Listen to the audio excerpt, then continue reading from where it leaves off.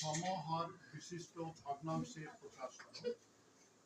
5 ভাগের 2 ভাগ, 10 ভাগের 7 ভাগ এবং 40 ভাগের 9 ভাগ। ভগ্নাংশগুলোর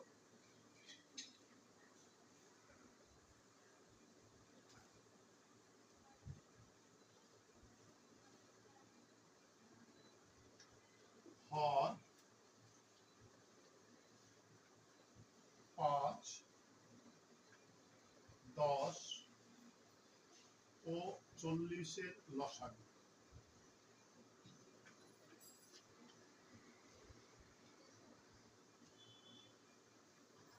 লসাগু 5 দিয়া যেহেতু 40-কে ভাগ করলে মিলে, অতএব এবং একই সাথে 10 দিয়া 40-কে ভাগ করলে মিলে, সেক্ষেত্রে লসাগু 40। আমরা যদি লসাগু এভাবে না বুঝতে পারি, তাহলে আমরা একটু রাফে করে নিতে পারি। 5, 10,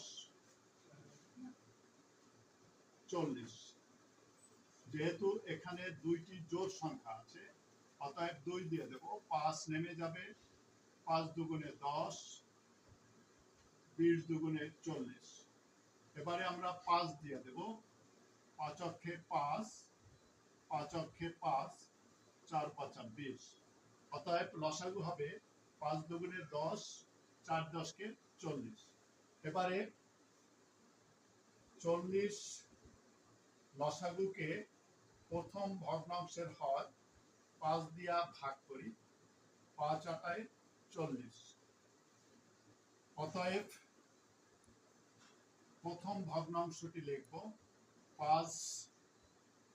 5 ভাগের 2 ভাগ সমান 2 গুণ 8 বাই 5 গুণ 8।